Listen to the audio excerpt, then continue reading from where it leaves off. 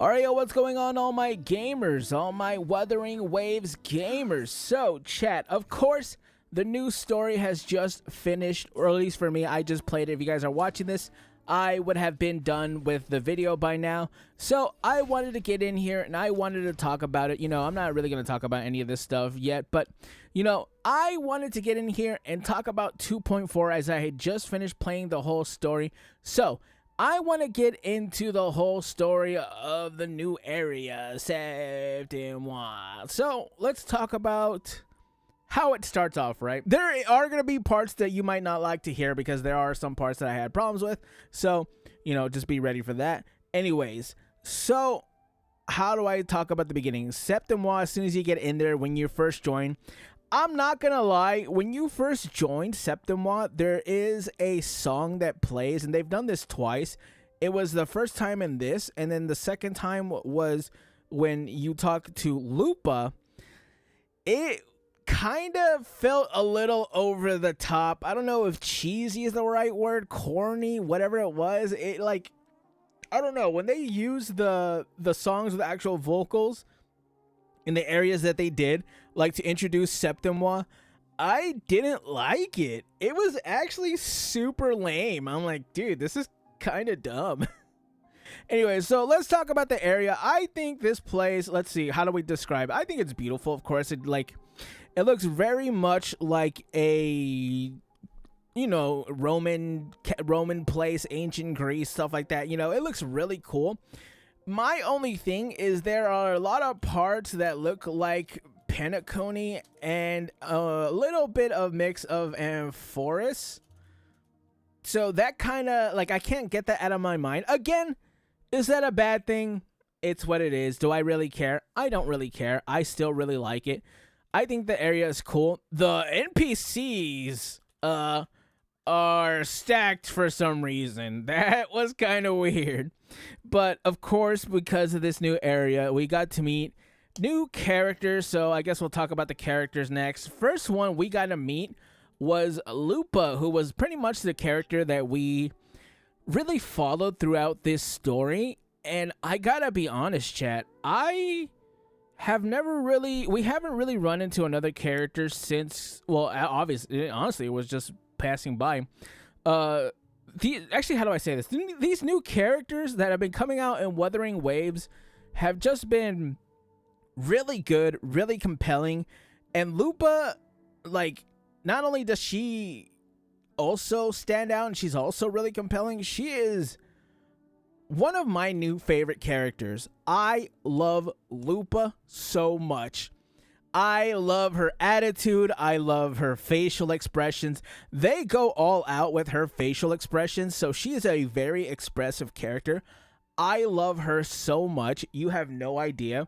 I didn't know if I really wanted to get her, you know, this character who's obviously a tank healer because she has a big pull and does combat and all that stuff. Obviously, that means she's a tank, you know, as PGR has taught me. And next, who was next? Oh, Bu Ling. I think that's how you spell her. Dude, she's kind of weird.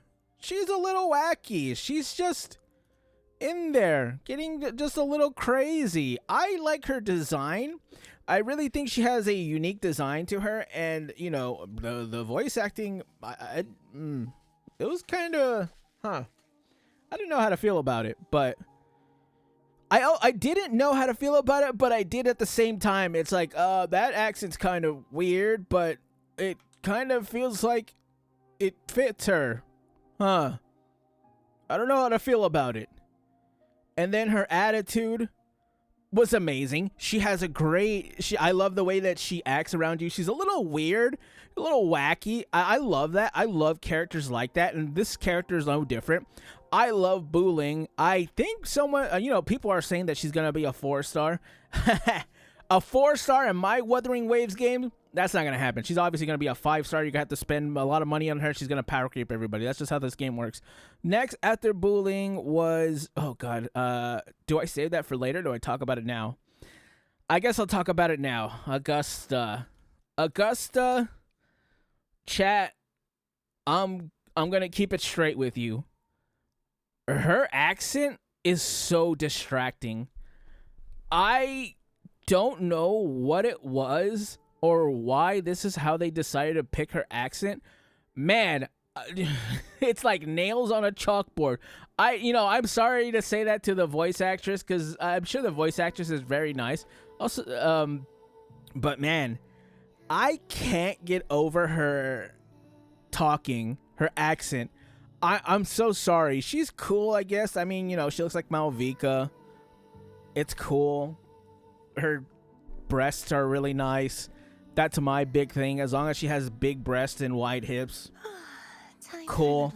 That's good enough for me. A+ character. I'll probably get her. Whether you think she's better than Malvika or not, that's your own opinion. I have my opinions. They're kind of they're okay. They're both good. Next is a character that I thought should have had the actual accent that she had, which is Yuno. I don't know how to feel about that. The way that Yuno talks and her accent and the way that she speaks, I was like, that's how Augusta sounded like in my head. It was kind of weird. And then they put it on Yuno.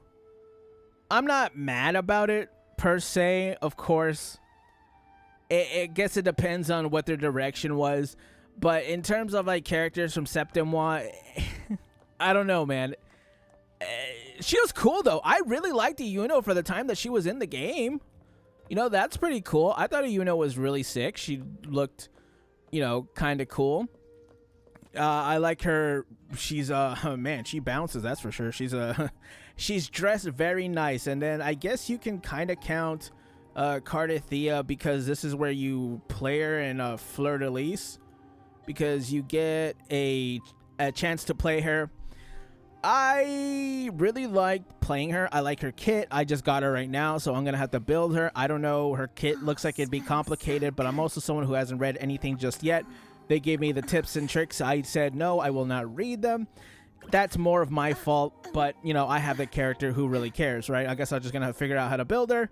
That's more of my thing. You guys don't really have to worry about that. Anyways, so I'm re-recording this a day later because I felt like I wasn't really explaining myself, and I didn't think I gave the story a fair shake. So I'm actually recording this a day later. You can see I'm not even logged into the game, but I wanted to talk about the story a little bit more clear and a little bit more concise. So I want to talk about the beginning, the start. I said this in the original part, and I'm going to say it again. I think the beginning was really slow with Cardathea and doing those quick time events. It was really lame because all of that could have been skipped. None of it was really needed. If you go through the quick time events and just take your hands off the keyboard, which is what I did for a little bit, I ended up, doing the quick time events just because it would be faster, but there is no failing. It kind of took me out of it. And when you get to Septemwa, it has that vocal track, which I thought was a little lame, a little cheesy, a little cliche. I didn't like it. It really distracted me. Now, I didn't really give this game its flowers for the middle, which is why I wanted to record it, because I wanted to talk about Lupa. Lupa, as we finally talk to her and get to know her and stuff like that, I think this is definitely the highlight of the story. Lupa is a very interesting character. She's very funny. She's super cute. She has like, I don't know what kind of smile you would call it, and that smile gets me every time. It it makes me think inappropriate thoughts. That's just me. I don't know how you guys feel about it. The wolf, the foxu tomboy gladiator girl that we all love. So from here to the probably the late is all Lupa and talking about Maya and doing the gladiator stuff. I think this is definitely my favorite part because you spend a lot of time with Lupa and the fights are really interesting. And then Bu Ling comes out, and that part I wasn't really a fan. Walking around with the thing that Bu Ling gave you so you can talk to the ghost, learn more about Mia. It was okay. I don't really like those doing, the 3 ghost parts. It felt like time padding for me. It's totally fine, though. It's actually not that long. Then towards the end, when you finally get to meet the future characters so far for Septemwa with Augusta and Yuno, again, listening to Augusta talk is like nails on a chalkboard. Yuno was really cool. I really like her. Man, I like her design. She's very thick That's how I like them. I really like this part, especially towards the end where you have a fight as fleur-de-lis. That's really cool. I really like that as well. So I think I might change this part right here. And again, like I said, a lot of questions don't get answered in the story, which is fine because, you know, Septim was a brand new part of the story. We're going to have those answered in future updates. So I wanted to talk about, so I might bump this up to about an 8.5, on the same level as Zenless Zone Zero's 2.0. Before I kind of put this at like a 7.5, where I put Zenless Zone Zero at an 8.5. I think they're pretty much both good, right? There's both really good stuff and really stuff that annoyed me, right? The beginning, that part with Wuling, and then, you know, Zenless had a part where you have to do, where it forces you to do tutorials and stuff like that. They probably have about the same length of each, so that's why I'm keeping them at around the same.